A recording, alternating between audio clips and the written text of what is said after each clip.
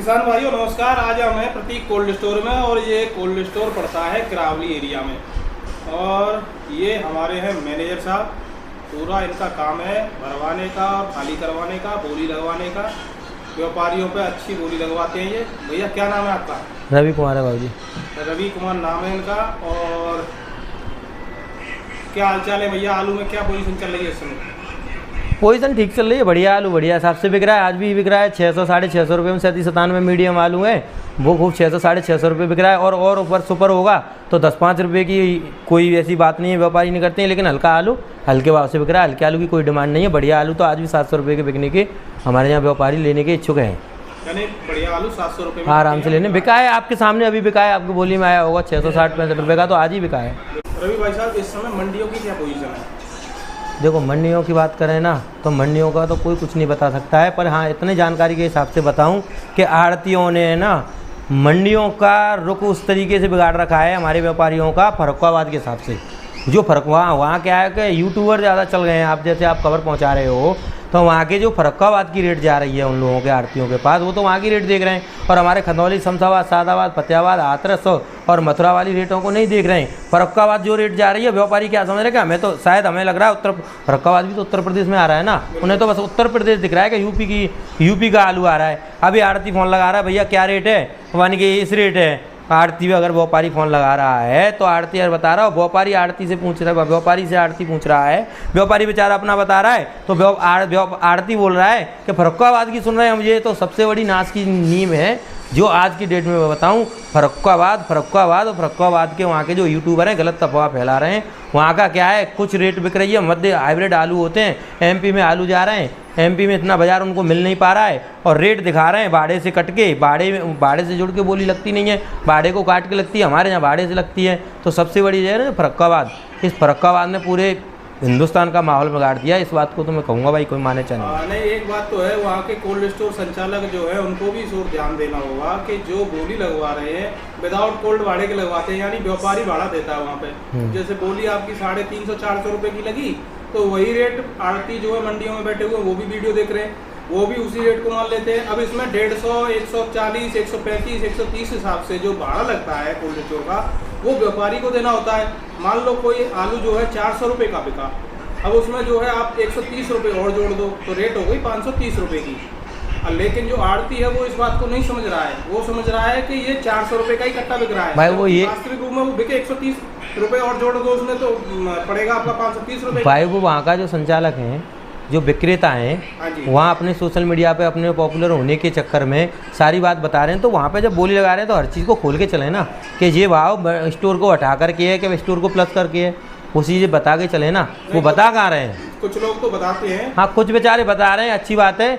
लेकिन कुल मिलाकर ये है कि सबसे ज़्यादा पहले पंजाब ने हालत ख़राब कर दी, उसके बाद अब ये फर्रुखाबाद है, फर्रुखाबाद ने हालत ख़राब कर दी है। उससे ज़्यादा आढ़तिया अपना फ़ायदा उठा रहे हैं। व्यापारी भी देखो, व्यापारी की हम कह नहीं सकते, बेचारे व्यापारी भी परेशान है।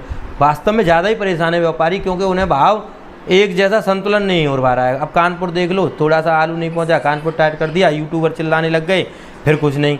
तो एक बात यह है कि देखो व्यापारी भी परेशान है, ऐसी बात नहीं है। व्यापारियों का देखो, मेरी बात सुनो, पिछले जो महीना निकल के, पिछला हफ्ता निकल के गया है, किसान भाइयों ने और व्यापारियों ने इतने अच्छे तरीके से काम लिया कि मंडियों में आवक ना पहुंचा करके बैलेंस साफ करके उन्होंने अपना रिजल्ट देख लिया। 50 से 40-100 रुपये की बढ़ोतरी देख ली। अपने हिसाब से ही लोडिंग तो करें, ये नहीं कि लोडिंग रोकना है, लोडिंग करते रहें, किसान आलू बेचते रहें, लेकिन अपने हिसाब से जैसे अच्छी रेट मिल रही है किसान को तो आप बेचते रहें। और अगले हफ्ते में अगर ऐसी तरीके पिछले हफ्ते में जो काम लिया है सभी लोगों ने मिलके, अगर ऐसे ही काम लेंगे तो शायद स्टैंड मिले। लेकिन सबसे बड़ी बात यह है, रूमर को जरा किसान भाइयों अपने हिसाब से काम लें। और ये आढ़ती लोगों ने, सब लोगों ने जो गलत रूमर फैला रखी है, रूमर से बाजार चल रहा है। अगर ये रूमर एक बार बताओ, आप स्टॉक की बात कर रहे हो, क्या स्टॉक कोई ज़्यादा था? क्या 2024 से कोई ज़्यादा स्टॉक है? स्टॉक ज़्यादा है लेकिन इतना ज़्यादा नहीं है। 5-10% को तो पीछे फेंक लेंगे ना, फिलहाल में तो ये बाज़ार मिलने चाहिए। पर रूमर गलत फैल गई है ना, नहीं तो नहीं है। अभी ये समझ लो बंगाल है, इधर से पंजाब है, फर्रुखाबाद है, इन्होंने घेर रखा है सारी चीज़ें। गुजरात साथ नहीं दे रही। कुल मिला करके वैसे आंकड़े देखा जाए तो किसान को आलू बेच लेना ही चाहिए धीरे धीरे, इतनी तेज़ी के हिसाब से। जिससे अगर किसान का आलू का पैसा अगर 600-700 रुपये लग रहा है तो वो लौट के नहीं जाए, ये तो बेचना ही चाहिए। ये हिसाब से ही चलता रहेगा व्यवस्था, आपको बताऊँ। आप आड़तियों की बात कर रहे हैं ना, आप आड़तियों की जो आड़ती है ना, अब जो दागी दिखा रहे हैं ना, इनकी हालत हमने ऐसे देखी है, एडवांस में पेमेंट लेके डोलती है आंख में लगा करके कि आलू दे दो। अब इनको वहाँ पे पहुँच रहा है ना, हर चीज़ रूमर बना रखी है 15 रुपये की पोजीशन दे देते हैं, आलू नहीं पहुँचता है, उस पर पहुँचने के बाद 12 रुपये 13 रुपये का बीजक बना करके भेज रहे हैं। एक बात तो है रवि भाई, जैसे आड़तियों, भाई हम सभी आड़तियों के बारे में नहीं बोल रहे हैं, कम से कम 80% आड़ती बढ़िया है, उन्हीं पे बाजार टिका हुआ है, लेकिन 20% आड़ती ऐसे हैं कि आपको जैसे आलू का रेट आपने 300 कट्टे भेज दिए मंडी में, उनमें से 100 कट्टे आपके 18 रुपये किलो बिके और उसमें से 100 कट्टे आपके 17 रुपये किलो बिके या 16 रुपये किलो बिके और बाकी के 100 कट्टे जो है आपके 14-15 रुपये किलो बिके। तो वो पूरा बीजक जो है ना 14-15 के हिसाब से बना के दे रहे हैं। तो इस तरीके से भी व्यापारियों को, किसानों को घाटा दिया जा रहा है। दिया जा रहा है। के 20% आड़तियां हैं, ये बात आपको माननी पड़ेगी। बिल्कुल सही बात है, इसमें 20% हैं, लेकिन 80% ठीक भी है जो अपने हिसाब से मंगा रहे हैं और व्यापारी का साथ दे रहे हैं, स्टोरों का भी साथ दे रहे हैं, आड़ती अपने हिसाब से बेच रहे हैं, जिस पोजीशन में मंगा रहे हैं रुपया 2 रुपया 8 आना ऊपर नीचे करके बेच रहे हैं माल के अकॉर्डिंग। अगर माल उनके मुताबिक पहुँच रहा है उस हिसाब से, अगर माल में अच्छा लूट पाट करने में जो 20% मचा रखा है ना, उन्हीं के वो क्या है ना, यहाँ से व्यापारी को भ्रमित कर रहे हैं। कैसे आज बाजार टाइट हो गया, 17 रुपये का वहाँ पहुँचते पहुँचते 15 रुपये कर दिया है। अब बताओ व्यापारी क्या करेगा? व्यापारी यहाँ माँ मर गया, उस घाटे को निकालने के लिए थोड़ा किसान का शोषण करेगा। भाई तुम जान रहे हो, किसान बेचारा ले जाके, अब किसान की भी मजबूरी है, किसान डायरेक्ट तो ले नहीं जा रहा है। अब व्यापारी की ये मजबूरी है कि उसको घाटा हो गया तो वो घाटे को साइड में तो रखेगा नहीं, उसे निकालना पड़ेगा। यानी लास्ट में शोषण किसान का ही होना है। लास्ट में शोषण किसान का ही होना है। जड़ में कौन है? आड़ती। भाई बाजार आड़तियों से वहीं से ऊपर से चलेगा ना, वो उसी के हाथ में बाजार है, उसके हाथ में है। शोषण का सबसे बड़ा जिम्मेदार है आड़ती। तो हमारी सभी आड़ती भाइयों से, चाहे वो कहीं के भी हों, किसी भी मंडी के हों, सबसे भाई हम तो निवेदन ही कर सकते हैं, दूर बैठे थोड़ा किसान के साथ दो भाई। आलू तो उन्हीं को बेचना है भाई, किसान का साथ दो। अगर आप किसान को ही मार दोगे तो अगली साल आपकी दुकान कैसे चलेगी? हाँ भाई, किसान का तो साथ दो भाई, किसान का साथ नहीं दोगे तो फिर कुछ नहीं होगा। हाँ इतना तो करवा दो भाई, बेचारे किसान चल पसापसी चल रही है अब, लेकिन बेचारे इतने फंस गए हैं, किसानों को क्या बताएं। एक बंदे का चेचक का आलू हो गया था, ठीक है, वो बेचारा 230 रुपये में कट्टा बेच के गया है चेचक का।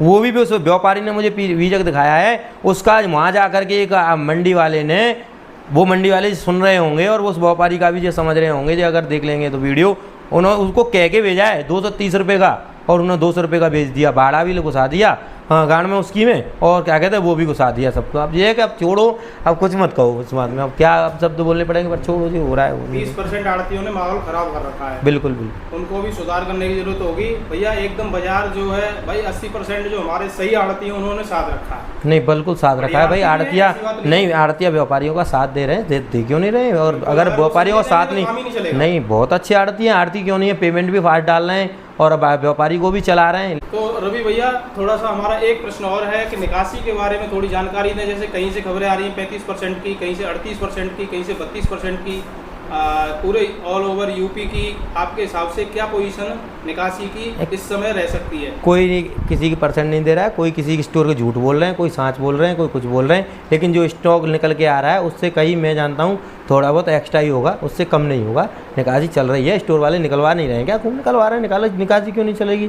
निकासी तो चलानी पड़ेगी। निकल रही है तो मंडियों में माल कहाँ? हाँ तो फिर अच्छा ये बताओ, अगर निकासी नहीं हो रही तो मंडियों में फिर आड़तियों को चिल्ला रहे कि आवक ज़्यादा है। आजकल तो ऐप चल रहे हैं, गवर्नमेंट के ऐप चल रहे हैं, उन पर देख लो हर जगह आलू आ रहा है, आलू आ रहा है, तो फिर मद्दा फिर कहाँ से आ रहा है? मुझे लग रहा है कि जो निकासी के आंकड़े दिए जा रहे हैं ना, उन आंकड़ों से भी कहीं अधिक निकासी इस समय तक हो चुकी है। ये जो है किसानों को गुमराह किया जा रहा है, किसानों से जो है छुपाया जा रहा है। आपकी क्या राय है इस बारे में?